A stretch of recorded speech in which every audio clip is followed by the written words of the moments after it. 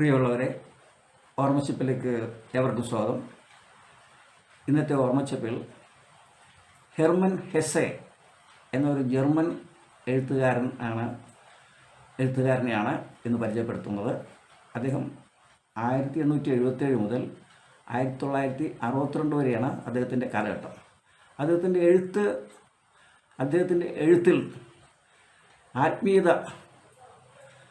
ആത്മീയത കേന്ദ്രീകരിച്ചുകൊണ്ടുള്ള ഒരു എഴുത്താണ് അദ്ദേഹം സ്വീകരിച്ചിട്ടുള്ളത്.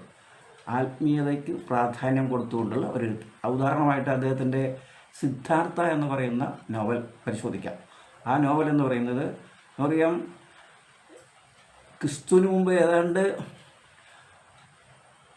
6-ാം നൂറ്റാണ്ടിൽ BC 6-ാം നൂറ്റാണ്ടിലാണ് ബിഫോർ ക്രൈസ്റ്റ് കപിലവസ്തുവിലെ ശുദ്ധോദനൻ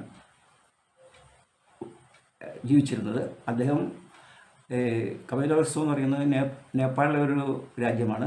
അവിടുത്തെ രാജാവാണ് ശുദ്ധോദനൻ. അദ്ദേഹത്തിൻ്റെ മകനാണ് സിദ്ധാർത്ഥൻ. ഈ സിദ്ധാർത്ഥനെ സുഖലോലുപതയിൽ നിന്നും, അതായത് സുഖലോലുപനായിട്ട് വളർത്തുകയും മാത്രമല്ല ദുഃഖങ്ങളും ദുരിതങ്ങളും ഒക്കെയുള്ള ജീവിതത്തിൽ നിന്നും മാറ്റി നിർത്തിക്കൊണ്ടുള്ള ഒരു ജീവിതമാണ് സിദ്ധാർത്ഥന് അച്ഛൻ നൽകിയത്.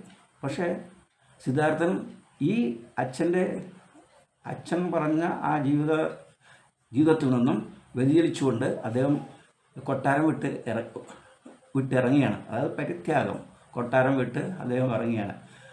അതാണ് ശ്രീബുദ്ധൻ ഗൗതമ ബുദ്ധൻ ആകുന്നത്.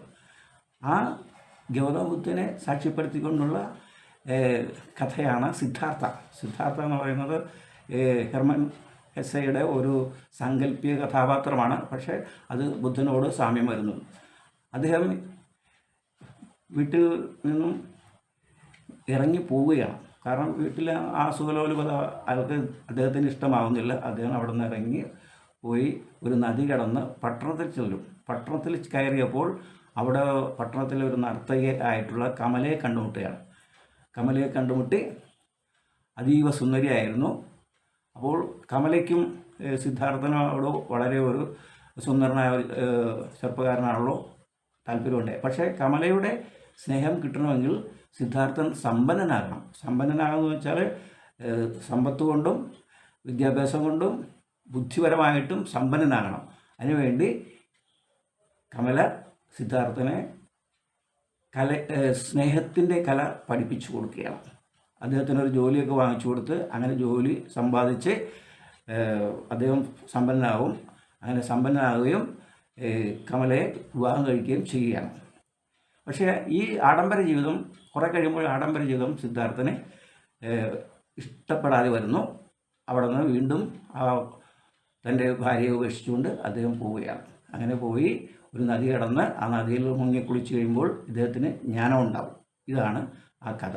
ഈ ജ്ഞാനം എന്ന് പറയുന്നത് അധ്യാപകൻ പഠിപ്പിച്ചു കൊടുക്കുന്നതല്ല, മറിച്ച് സ്വന്തമായിട്ട് സ്വായത്തമാക്കിയെടുക്കുന്ന അറിവ്. ഇതാണ് ജ്ഞാനം എന്ന് അദ്ദേഹം തൻ്റെ അഷ്ടാംഗമാർഗത്തിൽ പറയുന്നുണ്ട്. ഇതാണ് സിദ്ധാർത്ഥ. നന്ദി, നമസ്കാരം.